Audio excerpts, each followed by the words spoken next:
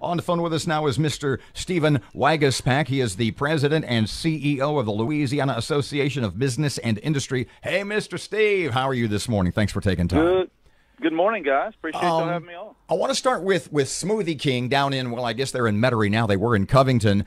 And a couple of times, including now, Smoothie King world headquarters in Louisiana, but they're threatening again to move to Texas, specifically Dallas. Have they previously, are they once again trying to, am I overspeaking, extort money from the state of Louisiana? What do you think about this? Is there another solution? Well, I think they're responding to market conditions we've seen over the last, I don't know, you could argue back to the 80s, where we've seen larger corporate entities leave for other states. And it's a myriad of reasons. The perception out there is it's because they're looking for a handout. But that's not what I encounter most times. What I hear when companies say is they have trouble finding the qualified workforce at that level. They're mid-level managers types. They can't recruit them to come to Louisiana. They can't find them internally. When they do try to recruit them and bring them here, what they find is in many areas, the local school system isn't an option for those employees, and so you have to start factoring in private schools. So I guess I'd lump it into this quality of life type issue that goes a lot. So as a company grows and expands, and they've got to bring in that next level or two or three of horsepower, quite frankly, the biggest issue I hear a lot is we haven't found a way to provide the quality and caliber of workforce that a lot of these companies are looking for. We have great workers here that can do a lot in the oil and gas and manufacturing and chemical and production and agricultural space. When you get into that high-level corporate area where you're looking for more complex degrees of some sort, we haven't quite kept up in that space. So basically, yeesh, what you're saying is that Smoothie King is telling the state of Louisiana, when it comes to matching up with structure, lifestyle, education, you guys just don't stack up well against Texas. Is that what they're saying? Well, I think what they're saying is what every other company said since the 80s when we've seen our skylines dwindle and our neighboring state city skylines go up, that it's a complicated solution on whether a company's going to grow and expand. It deals with tax, it deals with infrastructure, it deals with education, it deals with workforce. There's a whole lot of ingredients in that gumbo. And quite frankly, our recipe has been damaged for about 40 years right now. And that's what it is. So there's no single-shot solution. But you could have the same issue when you're looking at, Raising Cane's, which is a great Louisiana company that invests a lot of money in Louisiana regions.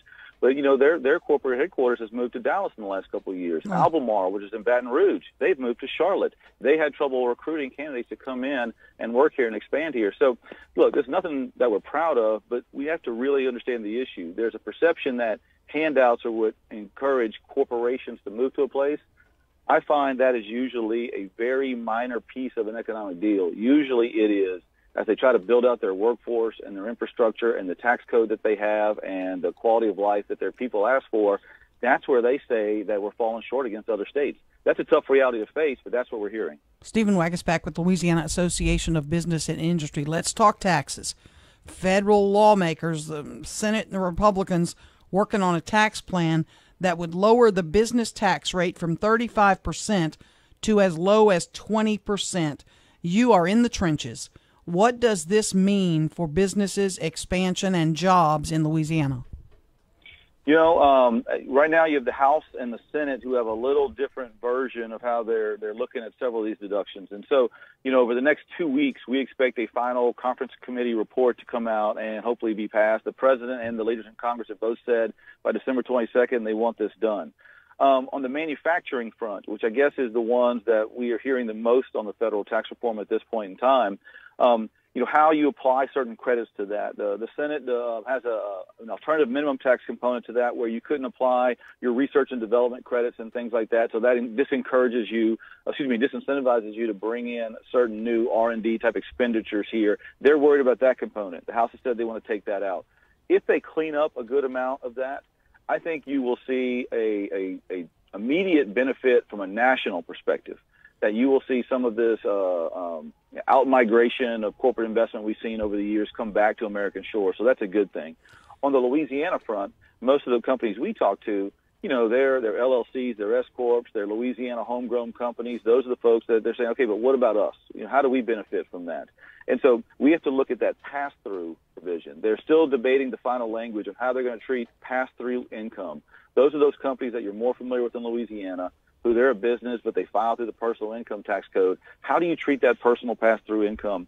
That is a piece of the final bill that we haven't seen the final language on yet. And so that's what we're most focused on right now. The business climate for 2018, you've done some projections. I know you're looking at hoping to see some good news, but you're concerned, right? Yeah, I am concerned. The uncertainty on the federal front, is like, look, we know they're going to cut taxes. We're just trying to figure how much and in what way. That's kind of a good uncertainty. The uncertainty on the state tax front is obviously a different one. The tax code has changed pretty much every 6 months for the last 3 or 4 years. We're expecting another run for more tax increases at the Capitol next year. That uncertainty is a wet blanket on the economy here in Louisiana. We've had some good numbers. Employment numbers aren't bad. They're actually trending in a good way. The two pieces of that people should keep in mind, though, is the national unemployment numbers are a big reason why we're kind of being drugged, through by the national economy. The second piece is we have less people in the workforce today. So our percentages look better because we have less people looking for jobs today. So those are two issues we're watching. In our employment numbers, there's what I consider to be a bubble in the pipeline.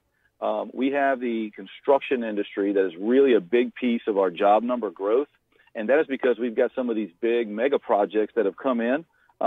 Excuse me, I'm stopping a call. No problem. I understand.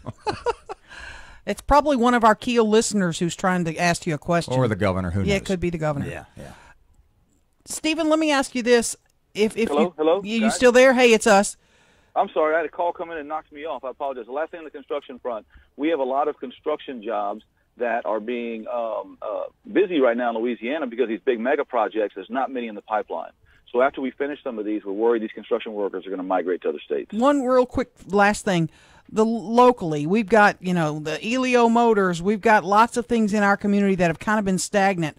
Do you see any movement here on any of the fronts that we've been struggling with?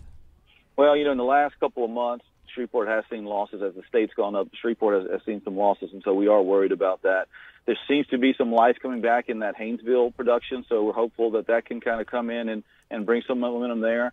But, I would love to tell you I can point to a specific action that's happening up there. We'll keep pounding that rock and see if we can get some good news going, though. But you do see energy for Louisiana at least, and specifically for our part of the state. You're kind of optimistic about that. Yeah, I think so. Look, it's been a tough last couple of years, as you all know. But that natural gas price, if it comes up a little bit, and it has some, to where it starts triggering production, but not so much that it scares away that chemical and manufacturing base, that is that right balance we need as a state to succeed on both fronts. And I think we're seeing that price come up a little bit. So I'd love to see onshore oil production come up as well. That has not happened. But on the natural gas front, I'm fairly optimistic. And any sector that you're concerned about or really worried about for next year? I'm worried about what I consider our service-based sector.